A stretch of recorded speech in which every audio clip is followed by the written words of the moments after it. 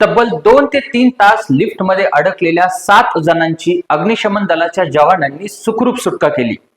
पिंपरी चिंचवड शहरातील सांगवी येथील कृष्णा चौकात असलेल्या शंकर प्लाझा इमारतीमध्ये हा प्रकार घडला.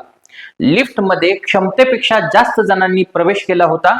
त्यामुळे तब्बल 2 ते 3 तास 7ही जण लिफ्टमध्ये अडकले होते.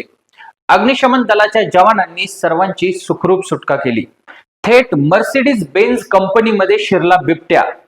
चाकण MIDC परिसरातील मर्सिडीज बेन्झ कंपनीमध्ये बिबट्याचा वावर असल्याचा CCTV व्हिडिओ समोर आला आहे. त्यामुळं कामगारांमध्ये मोठी दहशत निर्माण झाली.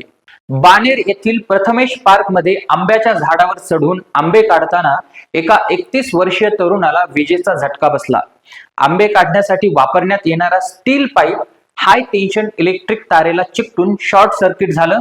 हा तरुण जमिनीपासून अंदाजे 25 फूट उंचीवर झाडाच्या फांदीमध्ये अडकला होता. अग्निशमन दलाच्या जवानांनी तरुणाची सुटका केली. तरुणावर रुग्णालयात उपचार सुरू आहेत. लाच स्वीकारताना अँटी करप्शनच्या पथकासमोरच तक्रारदाराच्या छातीचा चावा घेऊन पळून जाण्याचा प्रयत्न करणाऱ्या पोलीस हवालदार शहाजी कसपटे याला पोलीस दलातून निलंबित करण्यात आला आहे. पोलीस उपायुक्त राजलक्ष्मी शिवणकर यांनी तसे आदेश दिले. कसपटे हा कोरेगाव पार्क पोलीस ठाण्यात नियुक्तीस होता. एका जुन्या प्रकरणात मदत करण्यासाठी त्याने आधी 5 लाख रुपये घेतले होते आणि पुन्हा 1.5 लाख रुपयांची लाच स्वीकारताना त्याला रंगेहात पकडण्यात आलं.